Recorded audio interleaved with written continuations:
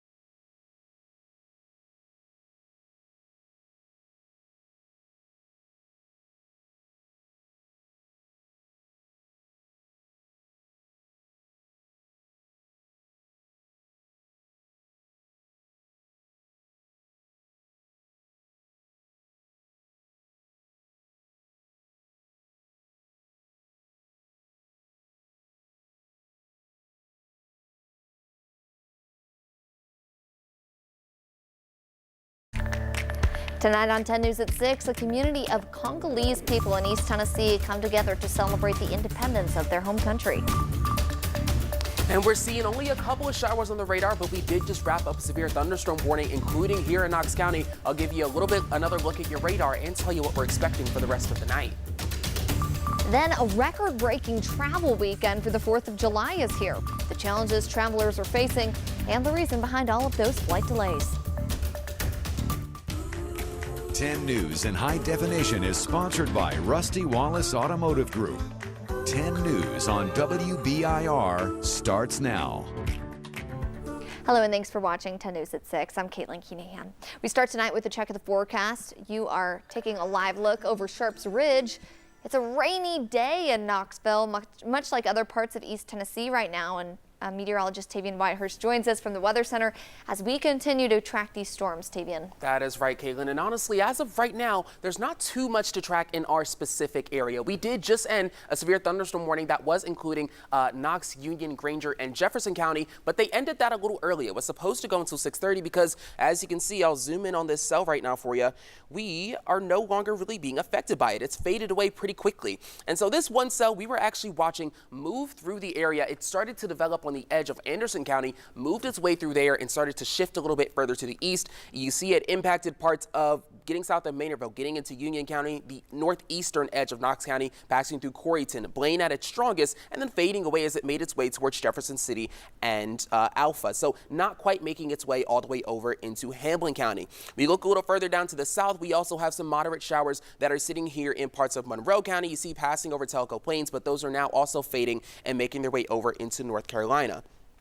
I'll zoom out really quick because we are starting to see some storms approach us outside of our region. You can see as we look further into parts of Middle Tennessee and further down into our south as well, that's when we have a little bit more of those showers starting to pop up. A lot of these are lightning laden, but the ones further down into our south, we're seeing those push not quite in our direction. You see these ones here in northern Georgia moving further to the east northeast, kind of making their way further more so into North Carolina than to here in East Tennessee. You can also see a couple little scattered bits over here moving past north of Murfreesboro, heading towards Cookeville, also heading further up into Kentucky as well, but overall not too much to see in terms of that. But moving back in when it comes to our severe potential risk, we've got that level 2 risk for much of the area and a little bit of a sliver of level 3, kind of like we were seeing last weekend. So there is a lower tornado risk, but if we are going to see that risk, it's going to be somewhere in this region. So when it does come to impacts, the main ones we're going to be looking at are damaging winds from anywhere from 60 to 70, 75 miles per hour, and also some hail up to 1 inch in diameter. That's quarter-sized hail. And again, we can't fully eliminate the possibility of a tornado. But otherwise, conditions are calm throughout the area. A little bit gustier on the winds. 85 degrees right now here in the city of Knoxville.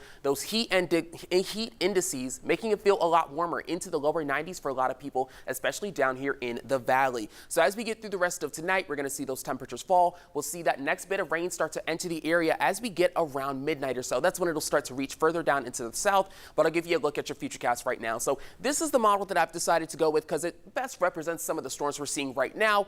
Those are going to continue to move out of the area, and then once we get to around 8 p.m., that's when things are going to start to pick up for people along our northern edges and a couple people further down south as well. So this is where we're going to see that greatest tornado possibility, possibly around midnight, again in that northwestern plateau. Some of those storms could make their way further into the valley, and then this is the part that's really unsure. There's a possibility of a secondary line that's going to come through as we get into the middle of the morning time. That's the part that not quite all of our models are agreeing on right now, so we're going to continue to watch the chances for that. For the rest of your week, we see our temperatures drop a little bit back down closer to average. We are going to see a couple of rain chances, mainly from some daytime heating-based showers, Caitlin. Well, Tavian, thank you so much. Yeah. Now, just into our newsroom in the last hour, Sweetwater Police Department says one person is dead after a rollover crash.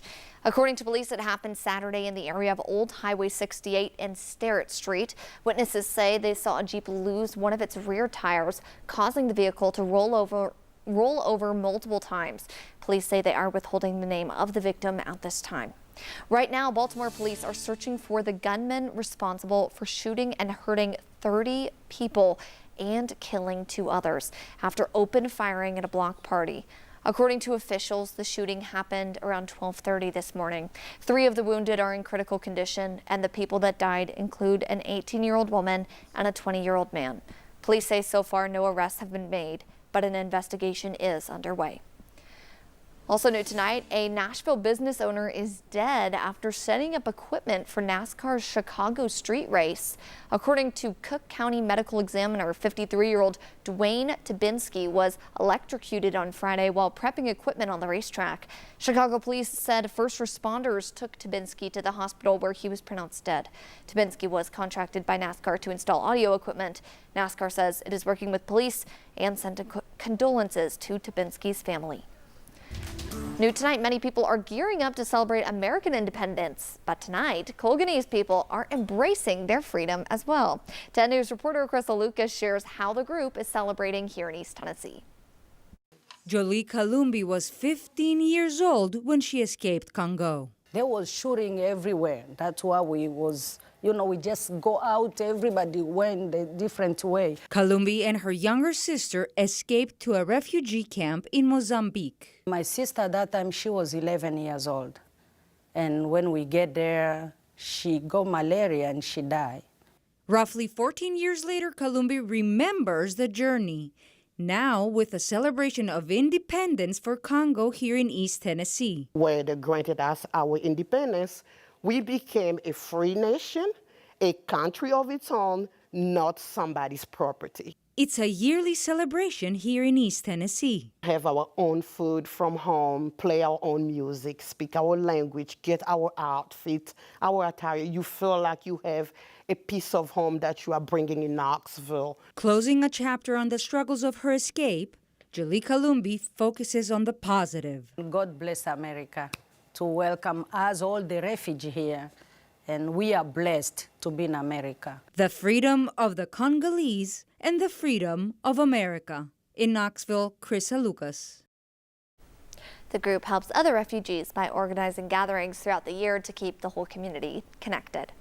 Right now, airports witnessed its busiest day ever in America. According to the TSA, more than 2,883,000 people went through checkpoints on Friday, beating the previous record in 2019 on the Sunday after Thanksgiving.